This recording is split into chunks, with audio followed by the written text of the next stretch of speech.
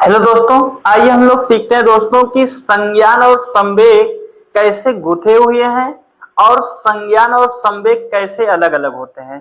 ये बात ध्यान दीजिएगा। संज्ञान और संवेग, आज तक सवाल आपके एग्जाम में आया कि संज्ञान और संवेग एक दूसरे से गुथे हुए हैं, जबकि कवि जंजोग कहता है कि संज्ञान और संवेग एक दूसरे से अलग अलग होते हैं। ठीक है, ये जानिए यार, कब संज्ञान और संवेग एक दूसरे से जुड़े होते हैं। सोचो दोस्तों कि जब आपके बारे में या आप किसी के बारे में जानकारी प्राप्त करते हो, वो क्या है, संज्ञान है।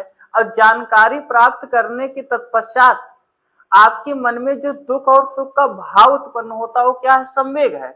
ऐसे में कह सकते हो कि संज्ञान और संवेग एक दूसरे से क्या है, गुथे हुए हैं।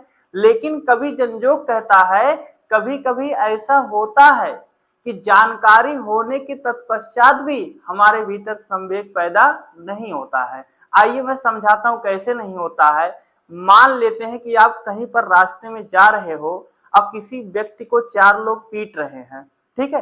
तो ऐसे में क्या करते हो कि आप जो है सीधा चले जाते हो, उस व्यक्ति की तरफ नहीं लगते हो, और उस व्यक्ति जब मार खाता है तो आपके भीतर कोई पीड़ा उत्पन्न नहीं होती है। क्यों?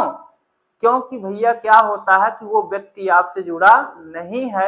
इस आधार पे आप कह सकते हो कि संज्ञान और संवेग दोनों क्या होते हैं, अलग अलग होते हैं। तो अगर सीटेट के एग्जाम में सवाल पूछा जाए कि संज्ञान और संवेग दोनों अलग अलग होते हैं, ये बात किसने कहा, तो कवि जंजोग ने कहा था। ठीक है,